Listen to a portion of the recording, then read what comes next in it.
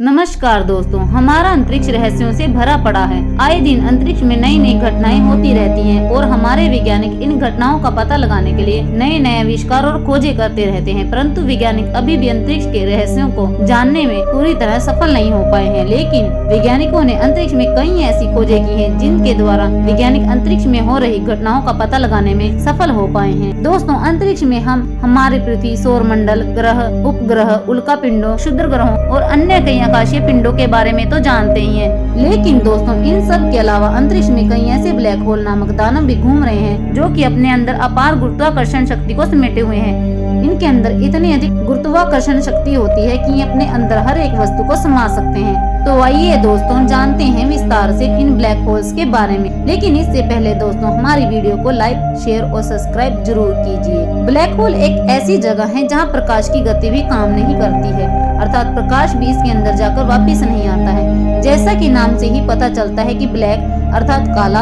और होल यानी कि एक बिंदु या छेद, लेकिन यही बिंदु करोड़ों गुना शक्ति अपने अंदर समेटे हुए है। और यह ब्लैक होल बहुत बड़े आकार के, मतलब हमारे सूर्य से भी कई हजार गुना बड़े हो सकते हैं और छोटे भी हो सकते हैं। लेकिन जो छोटे ब्लैक होल होते हैं वे अपने रास्ते में आने वाली प्रत्येक वस्तु को निगलकर अपना आकार बढ़ा सकते हैं।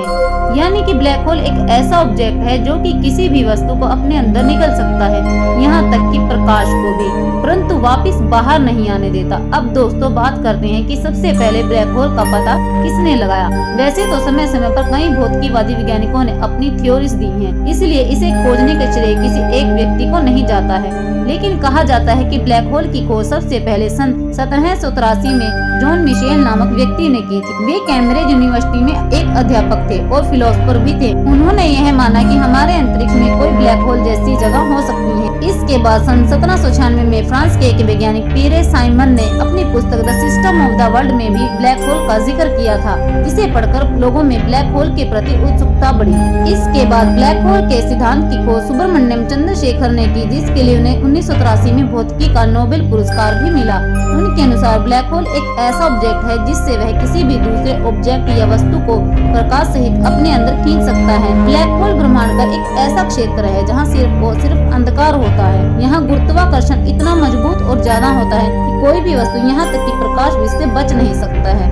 यह सभी चीजों को अपने अंदर समा लेता है। यहाँ प्रकाश की गति भी काम नहीं करती है और न ही यहाँ कोई भौतिकी का नियम भी लागू होता है। ब्लैक होल के निर्माण के बारे में वैज्ञानिकों ने बताया कि किसी भी ऑब्जेक्ट को उसके न्यूनतम बिंदु तक कंप्रेस किया जाए अर्थात संकुचित किया जाए तो वह ऑब्जेक्ट ब्लैक होल में परिवर्तित हो जाता है। जिस चीज का घनत्व जितना ज्यादा होगा उसकी गुरुत्वाकर्षण शक्ति उतनी ही ज्यादा होगी। ब्लैक होल एक ऐसा सघन ऑब्जेक्ट है जिसका घनत्व और गुरुत्वाकर्षण शक्ति सामान्य से बहुत ज्यादा होती है, जो अपने आसपास की चीजों को अपनी ओर खींच लेता है। दरअसल जब कोई विशाल तारा अपने अंत की ओर पहुंचता है तो वह अपने ही भीतर सिकुड़ने लगता है और धीरे धीरे वह भारी भरकम ब्लैक होल बन जाता है। उसकी गुरुत्वाकर्षण शक्ति इतनी बढ़ जाती है कि कोई भी वस्तु उससे बच नहीं पाती है, यहाँ तक कि प्रकाश भी।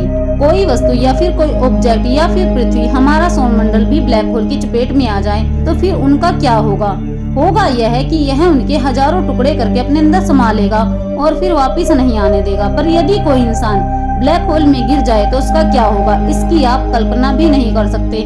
ब्लैक होल के पास जाते ही इंसान का शरीर कई छोटे छोटे अणुओं और परमाणुओं में बिखर जाएगा और उसके प्रभाव क्षेत्र में आते ही वह जलकर राख हो जाएगा। तो क्या भविष्य में भी पृथ्वी को ब्लैक होल से कोई नुकसान हो सकता है? धरती के करीब मिला ब्लैक होल हमसे 1600 प्रकाश वर्ष की दूरी पर स्थित ओफिचुएस तारामंडल में है, लेकिन यह ब्लैक होल तारकीय श्रेणी का है। आकाशगंगा के हृदय में मौजूद विशालकाय ब्लैक होल सजिटेरियस ए से यह 500 गुना बड़ा है। पूरी आकाशगंगा को ये अपने अंदर समेट सकता है। वैज्ञानिकों ने इसे गाइया BH1 नाम दिया है, जो कि धरती के सबसे नजदीकी है। परंतु हम धरती वासियों को इससे डरने की जरूरत नहीं है, क्योंकि धरती इसके क्षेत्र से बहुत दूर है और इसकी गुरुत्वाकर्षण शक्ति की पहुंच धरती से बहुत दूर है। इसलिए निश्चिंत रहिए। वीडियो अंत तक देखने के लिए आपका बहुत बहुत धन्यवाद।